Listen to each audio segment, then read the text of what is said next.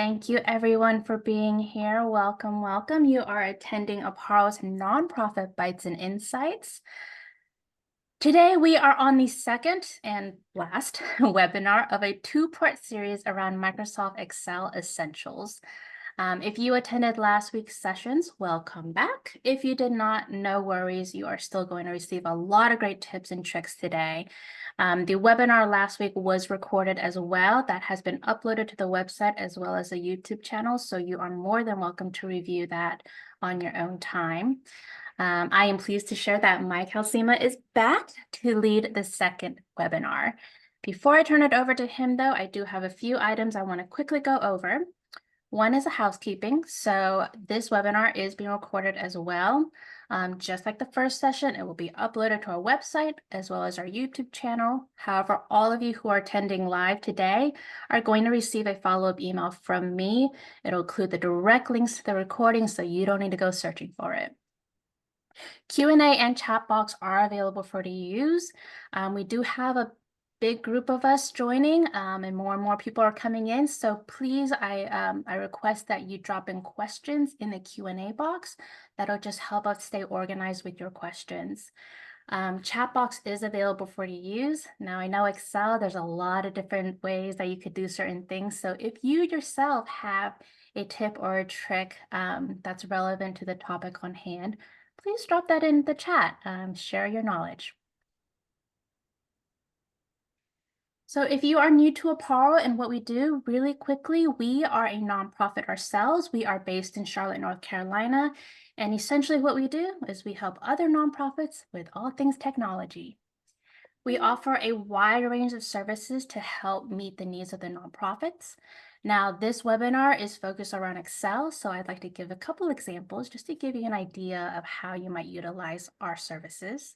So after this webinar, if you are seeking some more one-on-one attention to a specific spreadsheet you're working on, we can help connect you with a skilled volunteer to dig into that. That is free of cost. It's up to 8 hours, and you'll get that one-on-one support. Also similar with Excel, we've done a lot of customized Excel team trainings for nonprofit staff. There is a contribution fee for that, but it's fairly minimal, depending on your nonprofit size and the number of attendees that will attend. But the great thing about the team trainings is that we do make sure that it's tailored to your nonprofit needs. So that's just to give you a couple ideas. If you'd like to learn more about our other services and how you might tap into it, I invite you to visit our website, apparo.org. That's apparo.org. There are two other services I want to highlight today, just because we are actively inviting nonprofits to register now. One is our website user experience evaluation. Again, this is free of charge. But if you're looking to spruce up your website, this will be a really great opportunity to have some volunteers come in, get into your website, take the persona of a donor, of a client, of the general public, etc., and complete a scorecard, present it to you, and together you can discuss ways that you can improve your website. I will be dropping this link in the chat in a moment once I stop sharing, so that you'll have access to learn more and to sign up if you'd like. The second service is our GAIN Cohort Grant Program. This is our one-year nonprofit accelerator to help make your technology dream come true. Not only will you get support and education, but you'll also receive laptops for up to 5 staff members, as well as $5,000 grant to support your technology plan. This is only for Charlotte nonprofits only. The application deadline is September 9th. It's pretty lengthy, so you still have about a week and a half left to complete it. So if that's something you are interested in, again, I'll drop this link in the chat as well for you to dig into that a bit deeper. Finally, last thing, promise. These are the different ways to connect with us. Again, if you'd like to learn more about our services, or if you have a service in mind, you can submit a request on our website. And then if you'd like to stay posted on our programming, I'd recommend signing up for our email list. All right, that is it for me. I'm going to go ahead and stop sharing and go ahead and turn it over to why you're really here, Mike. Okay. All right, folks. Let me just check. I want to make sure you can see my screen here. So welcome back. Again, my name is Mike Halsema. I'm the founder of Med Practice Insights, where our mission is to help organizations be more successful by leveraging their data, the data they already have, to make decisions. Thank you for joining me. I'm very excited to talk to you about some of the more advanced features in Excel and create some visualizations to add some life to your data. So let's go through this. So for the agenda, we're going to go back through. Last week we used some organizations. We're going to go back through those organizations and just to refresh your memory about those. And then there was actually one question from last week that I wanted to hit before we get started as well. And then we'll go into linking sheets up with VLOOKUP, into summarizing data with pivot tables, and into making data come alive with visualizations. So to reiterate, we have two sets of data that we're working with. The first is with a food bank that is looking to track their volunteers and when they come in and how they come in and that sort of thing. And then the other one is a math tutoring program that helps middle schoolers with their math. And they're really looking to see sort of in what dimensions the grades have improved or not improved and things like that. Caught up here. Okay, so I'm going to pull up to answer that question that we had from last week. I'm going to pull up our tutoring slide, and the question was what we were doing. We were doing conditional formatting, and the question was, and so what I did, I went here and then greater than 0, and I want to make that green. So I did that, right? But the question was, how can we highlight the whole row? And that's a little bit more complicated, but not much more complicated. Basically, what you want to do is highlight all the data, all the rows that you want to turn green based on that conditional formatting. And then you have to create, instead of using the built-in rules, you have to create your own rule. And you have to go to use a formula. And then the formula is equals H1 less than 0. Whoops, I hit enter too soon, but if I go back and edit my rule, I can set a format, make sure I'm in the fill and turn that green. Okay. And then now it's going to turn, well, it didn't highlight everything, but it'll turn everything green. So that's sort of how that works. I'm not sure why it didn't do it, but earlier, if you follow that, that'll turn everything green for you. So I'm gonna clear that. And go back to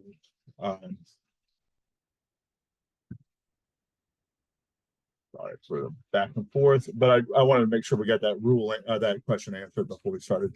So the questions that we were trying to ask back from the volunteer group was, where do my volunteers live? How often are they coming?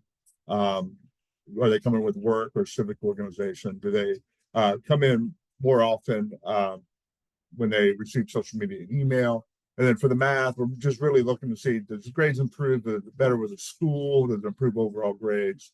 And do certain tutors have a better outcome? So the first thing, we're going to use two really cool tools today. The first one is called VLOOKUP. So VLOOKUP, or short for vertical lookup, it's a very powerful tool, and honestly, it's one of my favorite in Excel. Basically, it allows you to pull data from one sheet to another where the data matches. For example, and this is an example outside of the examples we already have today, just to make it a little more clear. If you had two Excel sheets with sales and customer data each, where the first sheet had the sales data and contained customer ID along with sales data. And then the second had customer ID with name, address, and zip code. Let's say you want to pull in the zip code to the sales data. You can use VLOOKUP to do that, and basically you put it on the customer ID from the sales data, and it will pull in the zip code from there. I'll show you a couple of examples of that just to get that to show you that. And then I will say though that VLOOKUP is pretty temperamental. It's really powerful, but it's temperamental. So I want to sort of give that caveat. And I'll talk through this when we get into the spreadsheets, but the lookup value has to be in the first column of what you're looking up. And then if you have too many columns in the data that you're looking up, sometimes it gets confused and doesn't return what you want. So you want to, and again, we'll talk about it, but you want to keep those as close together as you can. And the next thing is pivot tables. Pivot table is another very powerful tool in Excel. Pivot tables make it easy to aggregate and summarize the data from one table in different categories. For example, in that same example of the sales data with VLOOKUP, we can then use a pivot table to summarize sales by zip code. We can even further do that by zip code and then product, and then calculate the sales total. And we can certainly, we'll do this with our example nonprofits as well. So let's jump back into the data sets. Let me pull that up, and we're going to start with our food bank data set. I'm here again on our volunteer log. And what I want to do from this column F, I want to be able to pull in the organization name. As you see right here, I only have the organization number. And I have a list of the names here, but when I later pull this into a pivot, the organization number is not going to do me any good. I want to know who they are by name. The number doesn't help me much. So what I can do here is insert this.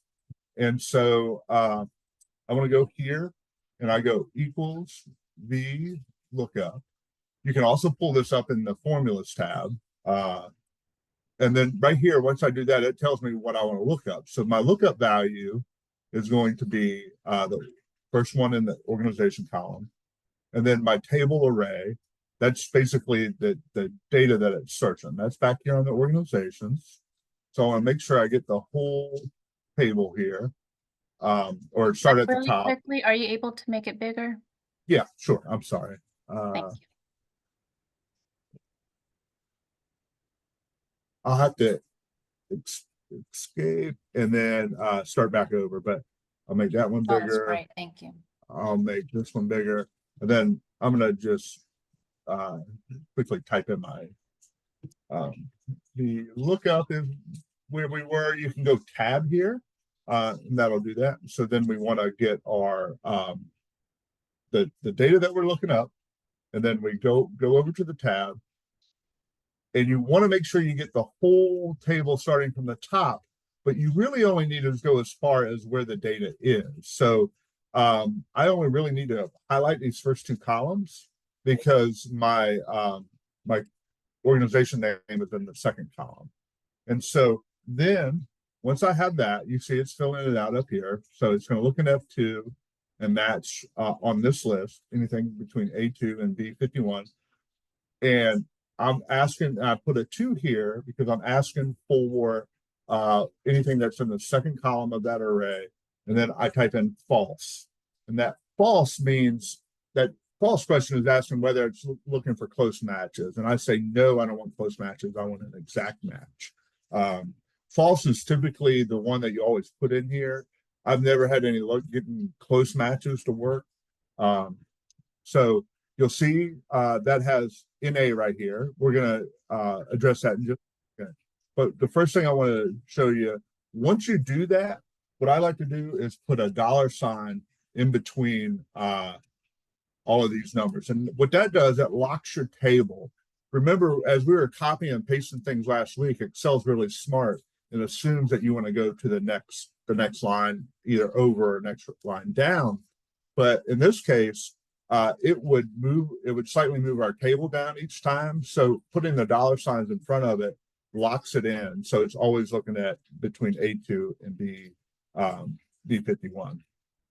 Now I hit enter and I'm going to copy that now. All right, so that's great. Look, I got all of these Hope Temple, I'm pulling this in, but I have a lot of NAs here.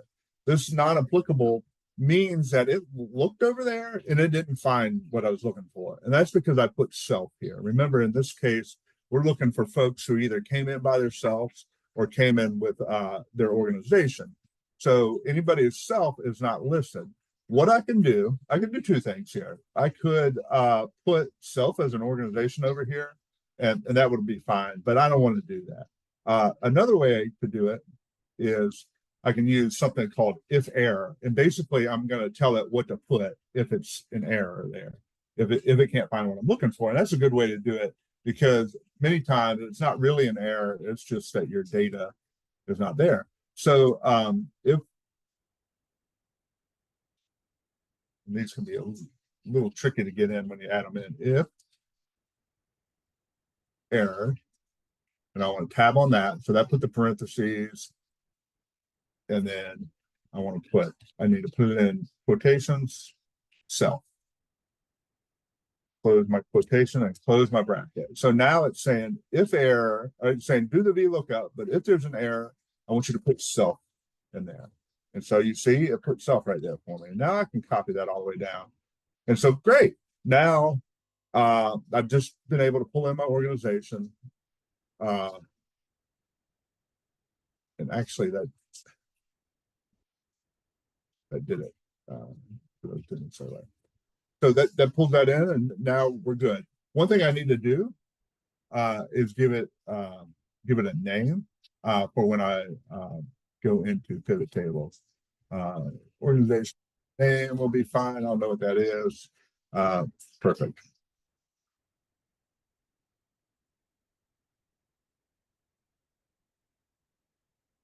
Okay, so and let's see here. And the next thing I want to pull in, so I've done that. Insert. Then the next thing I want to pull in, I want to do really the same thing, but I want to pull in the organization type here. So I'm going to go back here to volunteer log. I'm really going to do the same thing, but I'm going to go ahead and put in my if error.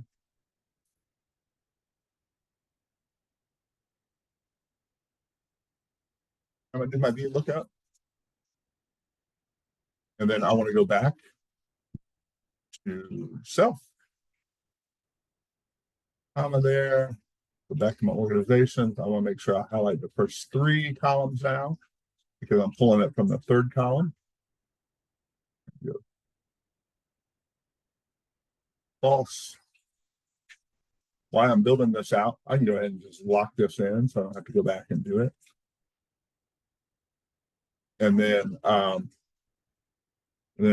can do comma. And I want to just leave this one. We can put self as well. There you go. And now that's right. Self. And then now we get the organization type. So business, neighborhood organization, etc. So that's great. Now I've been able to pull that in. Next, and the last one we're going to do, I want to pull in on this volunteer log. I've built this social media status. So this is tracking whether or not these folks follow me on Instagram, social media, or whatever. So we're going to do just exactly the same thing. I'm going to put it here at the end. I'm going to insert one more, give us a little bit of room. Actually, I apologize. I needed to make sure I gave that a name. And so this name, I'm going to media status. All right. And so this is the same thing. The lookup.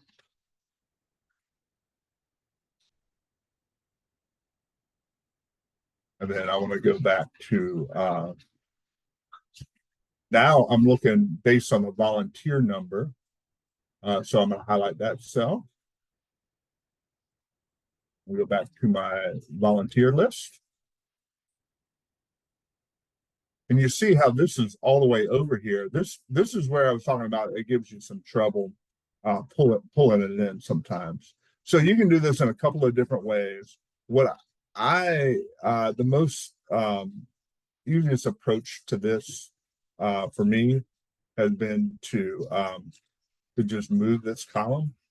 So what I'll do, I'll come in here and I'll copy this column, and then I'll put it right here. And then basically I've just moved the column over so it's right beside it. So I can go back to my volunteer log. Same thing. Oh,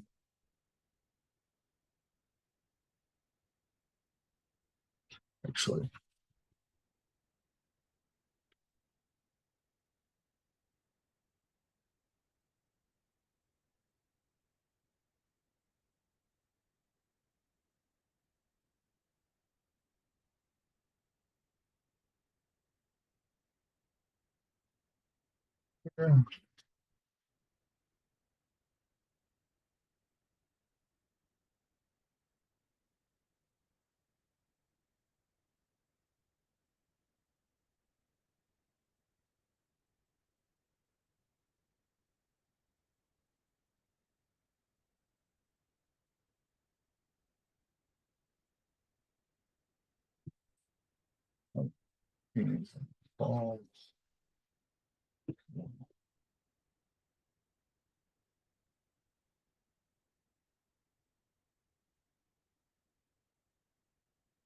And then it doesn't like that there. So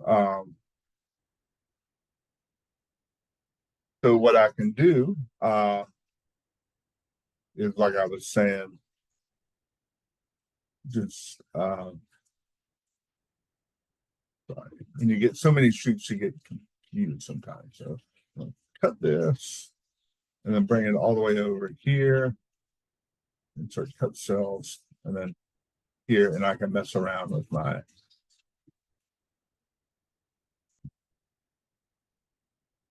then I can change this to B, tell it just to go to 2.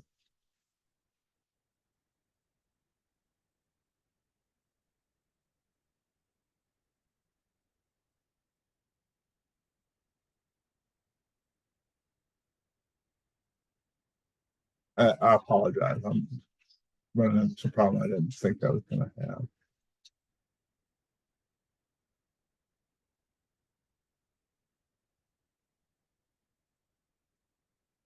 So let's move past that one. I apologize. I tested that out earlier, and it's the nightmare of having something not work when you're doing a live demo. It's great. So let's go ahead and we'll go ahead and do our pivot table.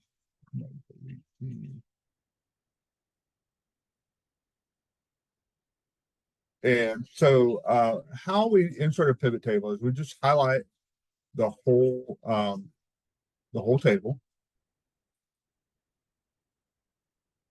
So once we have that table highlighted, if we go to insert pivot table,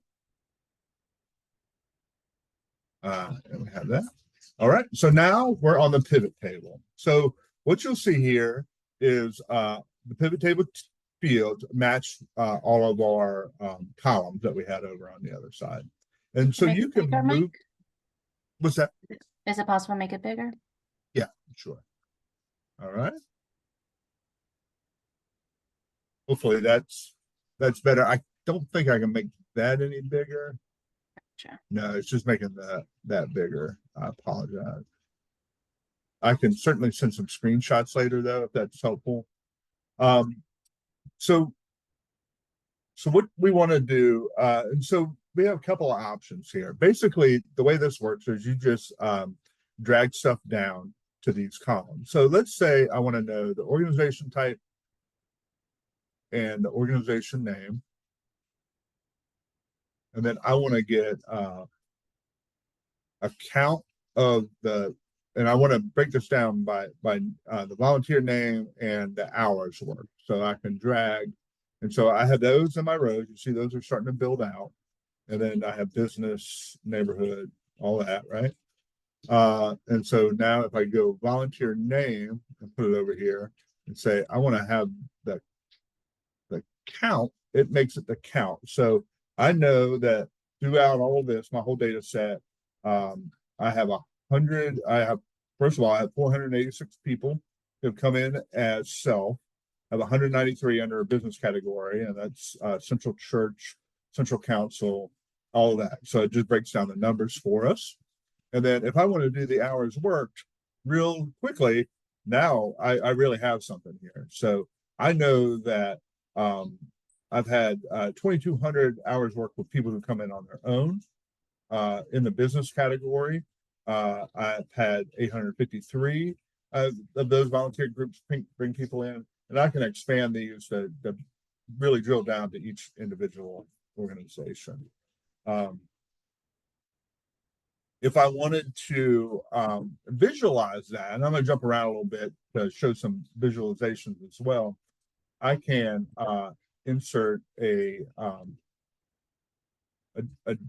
I can do a couple of things. One, these charts will recommend what's good, what you have. And so let's click on this one. And you see, I have a chart here, but self is really sort of bearing everything. I can't really see any good data on this. So if I wanted to, on here on the row level, well, I can uncheck self. So that filters self out because I don't really want to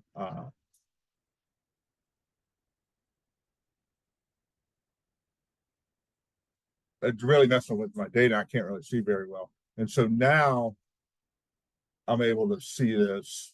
If I close it this way, now I can see, oh, wow, my neighborhood organizations, I can see the number of people that came in, that's blue, and the number of hours worked here. So that's pretty cool.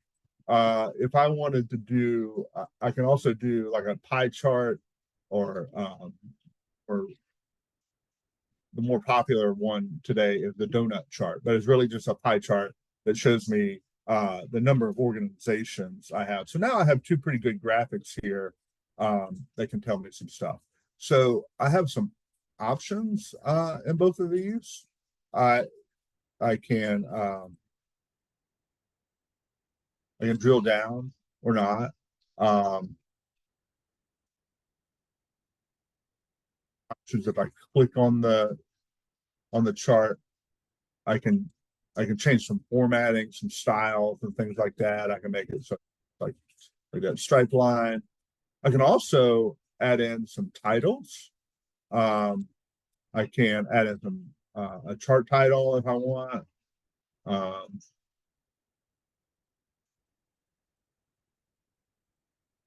um, and there's just different options you can play with. What I really like is data labels is really helpful for a lot of folks. It's probably the most asked for option to label your data. Let's go over here to our pie chart and we go data labels. And then we can have call out values. We can show, we can do more options. And just there's all sorts of different options you can play with on these. So we go ahead and delete those off of here. And so now if we wanted to,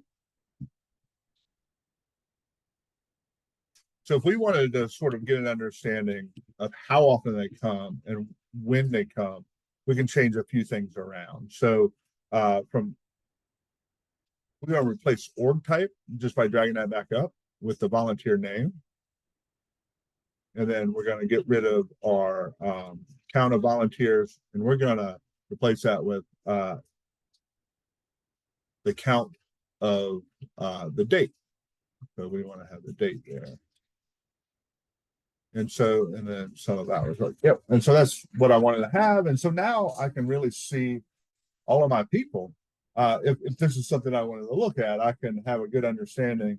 Wow, Aaron came in with the Hope Group. He came in one time for us and he worked 2.2 hours. But you see, some of these folks have come. One thing I wanted to do Sorry, I want to turn off my self filter so that I'm including the self folks in there too. So now you see Aaron has come in 3 total times, once with a group, once by himself, and it counts up how many hours he's worked in these situations. And these things, it's a little bit confusing to me. I don't know why they do it this way, but these things total at the top, not at the bottom. So Aaron hours are total at the top, rather than the bottom. But you can see how many people have worked, and you see like Abigail comes a lot, uh, 4 times for 20 total hours. So um, for that. So I sort of I was going to talk to you about how to track social media, but I sort of broke that through my live demo. So I unfortunately I can't show you that. I can send you some screenshots on that, but it's really the same thing. We would just pull that over, and it would count it up by who comes in, and who doesn't. Okay, so now that we've gone through that, let's hop back to our math tutor data set, and we'll do some of the same things here as well. The first thing we want to do, I want to categorize some of these scores so that we can count them up by categories as well. So right next to H, I just want to insert, and then I have this. I will zoom this in for us. Just hit in first. I'll zoom this in. Okay. So Hey, what Mike, I have here. can I pause just for a Yeah. second? So pivot tables, VLOOKUP for me especially as well. This is kind of advanced stuff. So I think what will help us kind of follow along a little bit better is if you could start off by giving us some context into what you are Yeah. pulling out. What, Just what I'm trying to do. Okay. yeah, exactly. Yeah. Okay, sure. So let me do that. Let me move on with my demo. I have more examples of VLOOKUPs and that, so I'll show you here. So what I'm trying to do here, this is a conditional statement that I'm trying to make. What I want to know, I want to be able to categorize folks by whether they had a large improvement, some improvement, or ended up with a lower score. So what I've done here, I've built this if statement. And so it's saying if this score over here is less than 0, say lower score. If it's more than 0, say some improvement. And if it's otherwise, if it's large, make it there. So I'm going to copy that down. That's going to help me later because I'm going to categorize, I'm going to count up what percentages of each population, each person had a large, a low, or just some, a lower score, just some improvement. So I'm going to clear that out. And so now if I wanted to do that, I can then, let me back. So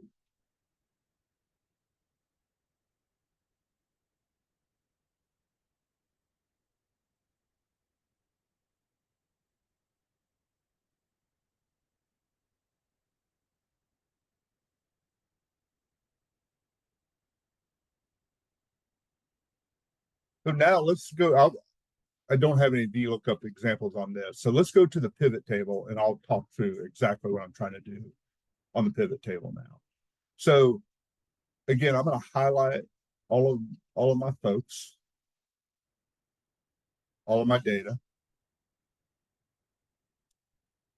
And what I'm trying to do, what the pivot table does, it summarizes our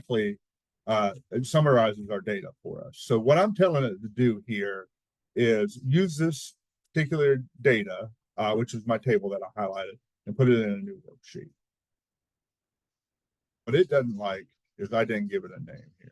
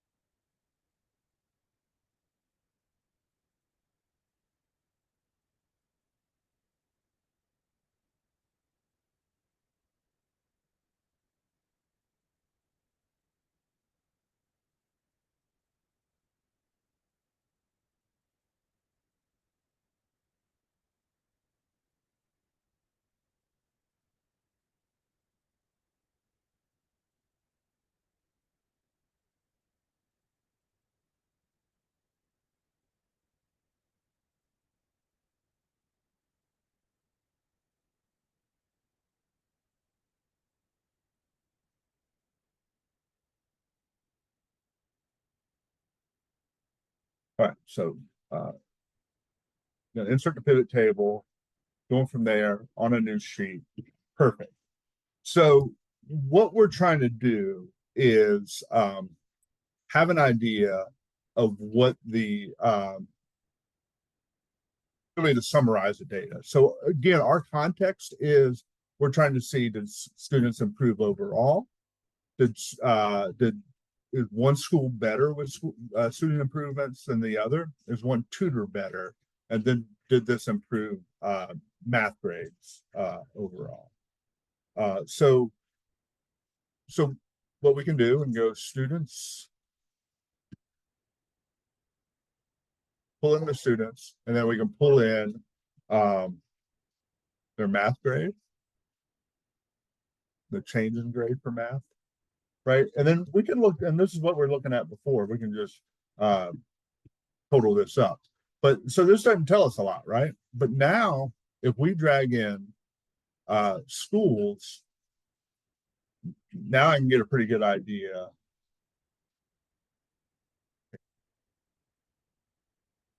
So that's summing it up. Now I can get an average. So now I can get a pretty good idea of what's going on at each of these schools. So I have all these names. I can collapse this.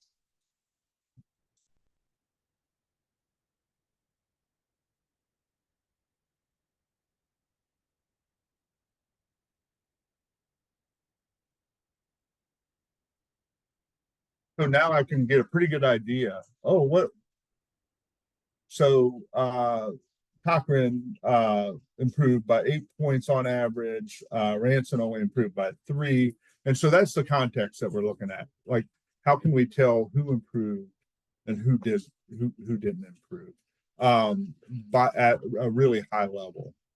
So we can also pull in the tutors.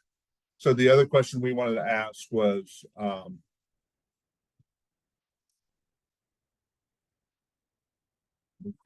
school.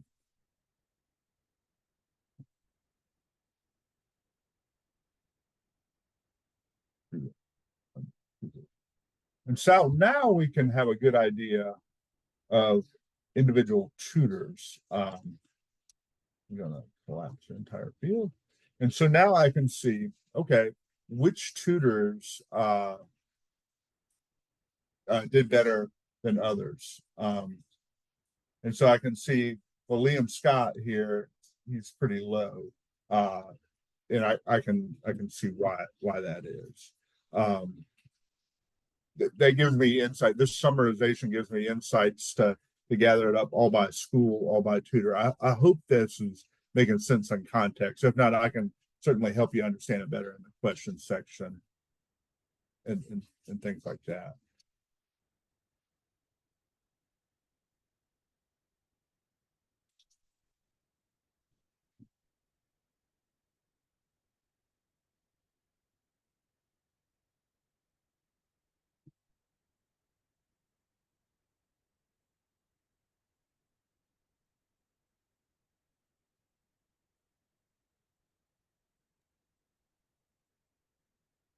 Could you talk a little bit, Mike, about the purpose of those boxes? Like, so I see the filters, The blocks columns, here, yeah, rows, yeah, yeah, values, yeah, yeah, and yeah, where are all of the fields coming from? for sure. So all of these fields are coming back over here from our data set. You'll notice that if you look across the top, the headers or the labels, column labels, are coming from that's what's populating the pivot table field. So each column is now a pivot table field. And so those are my options to choose from. So the filters allows me, if I just wanted to do, let's put in a grade filter. So now I have this filter up here at the top, and now I just want to, let's say I just wanted to look at eighth graders. They're going on to high school next year. I need to see how the eighth graders are doing. And so now this just drills it down. This only includes people who are assigned as eighth graders on my data table. Um, the column that typically will say values in the column. So let's we have a tutor, and we're looking at improvement. And then I wanted to have the count of each student under each category. So I'm going to find student from here.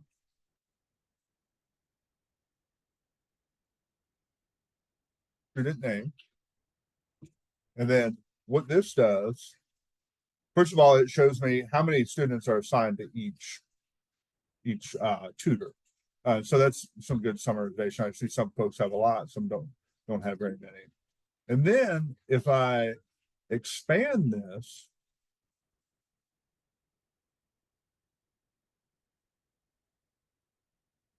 I can then see how many people are of each category here. So I can see that Aiden had one person who improved.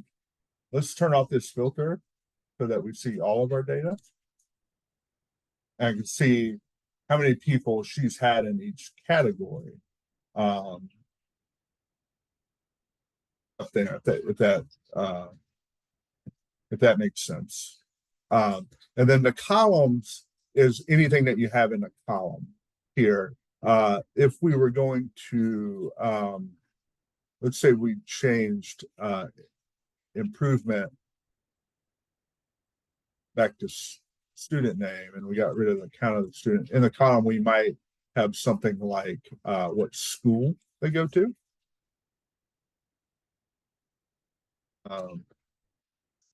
That.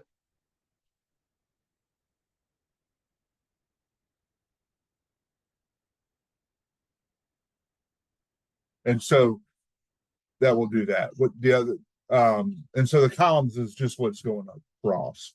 Typically, what's in the columns is the values here that you have calculated. So again, with student name, we'll say average. And this is there. So now my columns are values going across. And then I can have English. Again, that wants to default to some, but I can make it average. And so now I can add that back in and show me all the data. And then I can, with that, from here, I can then answer all the questions that I have. So I'm hopeful that makes sense. I want to stop for questions. I just have a couple more things I want to run through. Just a recap of what we talked about. We did a VLOOKUP, we did pivot tables, both and a couple of visualizations with the insert. These are really complex things. So with that being said, these are really complex things, and so sometimes getting the understanding of them, this forum may not be the best one, and sometimes just some independent questions may be helpful. So happy to answer any questions that you have today. And if you have any other questions, please feel free. My contact information is on here. Please feel free, as long as it's okay. Please feel free to reach. I'd be happy to answer your question. I'll let Ying King add any qualifiers there, but I'll be feel more than free to reach out to me if you have any questions about how to do things, if you have a particular problem or anything like that. I'm happy to have any conversation. That may be a better forum to help you understand a little bit better as well. So with that, I'll turn it over for questions. So thank you, Mike. I have a feeling VLOOKUP and pivot tables can be like an all-day course just to dig into a little deeper. But I think what you did a great job on is just provide just an overall understanding that, wow, yes, Excel does have these functions to help make your data make more sense, especially if you have large quantities of data and you need across sheets, that there are ways Excel can put data together looking across your entire workbook. And I think that's really powerful. I know for me, I consider myself a beginner in Excel, and I just try to keep everything on one sheet because I don't know how to mix and match. But it's nice to know that there are these possibilities with Excel. And just need to dig into it a little bit more. So thank you for showing us that. For those who are a little bit more advanced, some questions did come in. One of the question was, when do you do VD lookup versus index with match? Heard So index. Oh, sorry. Let sure. me finish it. Heard that index with match could be faster in processing time, but essentially the same. Is this correct? That certainly may be right. That's so as things change and evolve. I've tried using index and match a few times over the years, and I haven't had much luck with it. And as Excel users go, I think what we find, and I certainly don't know everything about everything, and I think anybody who told you they knew everything about Excel is not being honest with you. But so I think most Excel users will typically use what they have found to work in the past. And I've never had a problem with VLOOKUP really being slow. I've never tried. I mean, I've tried it probably with up to 10,000 lines for sure. I've never, Excel will go up to about 1,000,000 lines, 1,000,000 and some change. Um, I've never tried it with 1,000,000 lines, but it's certainly a case that may be right, that it could be faster. But just have always had luck with VLOOKUP working. I sort of understand where it's temperamental and it works fine. So There's a question around, are there any performance issues with VLOOKUPs between sheets? no, like I said, I've done it. 10,000 lines is a lot of lines of data. I've done it just fine. Where I've had the performance come in is where I've showed you over here. It doesn't like when you're doing a VLOOKUP for let's pull up our here. You see, I'm looking at this table, and I really only have a 2-column table here, just pulling in from columns A and B. If I had a much bigger table, let's say it went to the M or N, that's like row 13 or 14, it doesn't like it as much. It's usually so there is some performance. You can hide columns and just highlight, control and click to just highlight it. So it's looking at a smaller version of the table. Typically what I do, just from a pragmatic standpoint, I just move the column over and do it that way. So, but that's the only performance problem I've typically had. Like I said, I've done it upwards of 10,000 for sure. So. What boxes are you clicking on when you're doing the VLOOK search? I'll be happy to show you that. So there's a couple of places that you can do this in. If I'm just doing a VLOOKUP, I'm going to delete this one here. So I'm clicking into the cell. I can type. The thing is with Excel, you can type right here, or I can type up here. It's going in the same place. So I can go V, and as I type down here in G2 up in my status bar, you see it types.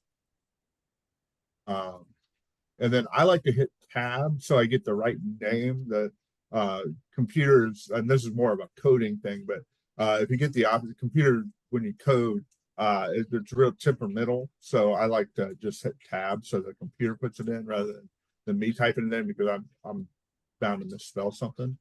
And then this shows you here the other way that you can do this, and I see some people do this a lot. Look up and reference the lookup. You can also type it in here. So what I did, I found it under formulas, and I can type in what I'm looking for here. But the way I like to do it is just type in the VLOOKUP, hit tab, and so now it's asking me for stuff. So what I'm clicking on once it asks me for stuff, I want it to find a volunteer number. So I'm just going here. I'm in context here. I click here. It knows that that's my first argument. I do a comma, and then I come back over to the page that I want. And then now it's going to put this in the second one. It says, and you can see up here, it knows I'm on the organization page. So that organization exclamation point means go to the organization page. And so now I've highlighted the two columns that I want, A and B. And then now I'm back here, I'm typing, and I'm just putting in false, and then closing the parentheses. And so that, I hope that helped. That's where I was typing. So I'm sort of all around typing, I guess, to answer the question. Very good. I think Nancy put it really well.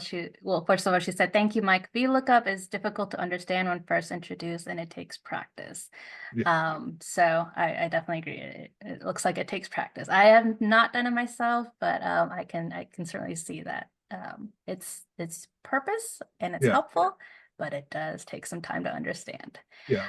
We have another, go for it. So if I might, I'm sorry, I know we had one more question, but maybe if I can put some color around that a little bit. Maybe almost as important as being able to do the VLOOKUP is knowing where it's important. So I have two spreadsheets here that have related information. On my volunteer log, I have a volunteer number, right? So I'm having everybody sign in, they're just signing in with a volunteer number. I don't know um, the volunteer's name necessarily, though. And I need that for whatever. It's helpful for me to have the names. Over here, I have a list of my volunteers and I have their number as well. So having the data of the number on the log allows me to pull in the name. And that's the most important part of this. Having that on one allows me to pull the name over there so I can connect them. And that's where that connection is. And that's where the power is. Because otherwise I would spend, you think about this, I'd spend all day, I'd pay somebody, a kid all day to figure out what the name is. And that I can do it in 30 seconds or whatever. So that's the power. And that's the more important thing of knowing. You can Google your way out of the actual lookup, but knowing how to do it is knowing why you do it is important. I love it. Thanks for that clarity. Another question around, can you show us the formulas when doing pivot tables? Sure. Well, there's really no formula to the pivot table itself. What you do is you just highlight the data that you want to include in the pivot table. The thing that always gets me when I create new columns, I'm bad about not always naming them. And when I go to a pivot table, so it always gives me the error. But basically, you want to make sure you have a header on all of your columns. And then you just highlight it. And then what you're doing is you're just going to insert. And the very first option in insert is pivot table. And so I do that. And then I'm not putting anything in. I've already highlighted my table. I guess in theory, I could hit insert pivot table and then put it in. But I've always been in the practice of finding the table that you want, highlight it, and then insert pivot table. And I always like to put it in a new worksheet. They get really busy if you have multiple in there, but you could certainly put it in an existing worksheet. And then from there, you're not really doing any formulas per se. You're just dragging stuff where you want it. So let's say I wanted to figure out, in this one, this is a quick example. I want to figure out how many people live in each zip code. So I can go summer zip code. And so now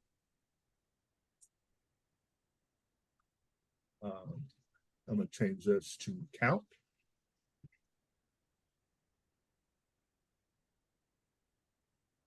Actually, I'm going to do that backwards. Sorry. But now I have a good idea. So now in my rows, I have zip code, and in my values, I have the count of names. So now I know how many people live in each zip code. I can actually, this is pretty cool. I can bring that over. I can't do it out of the pivot table, but I can pick my data over, and then I can insert, and then I can do a map.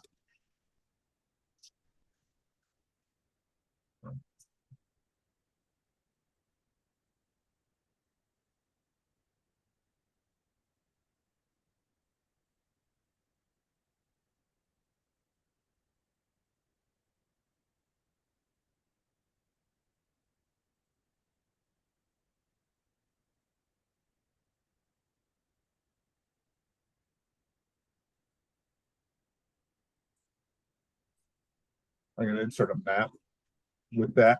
And then now it's going to, I was in Mecklenburg County for all of it. So it defaults to the state, but now I have a map, sort of a heat map of all of my zip codes in the state. So that's Ooh, that's cool.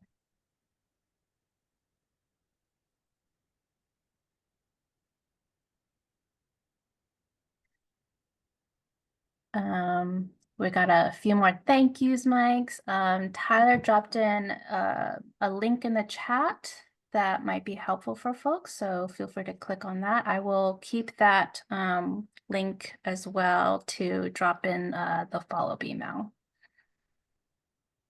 Let's see. Any other questions, comments? If folks have other resources they'd like to share that's been helpful, please drop those in the chat as well. Mike, thank you so much for stepping up and fulfilling our request for Excel training. I know Excel is quite a beast. So always really appreciate your time, your efforts in providing your thank you. knowledge. Really You have it. appreciate For everyone else, expect that follow-up from me. Like I said, I will send the recording for the first session as well if you didn't participate, as well as this one. I'll include some resources. Keep sending any links that you might think will be helpful to others, and I'll include that into the email as well. Other than that, I think we're done for today. Thank you all so much for your time. And again, thanks, Mike. Take care. Bye-bye. Bye-bye.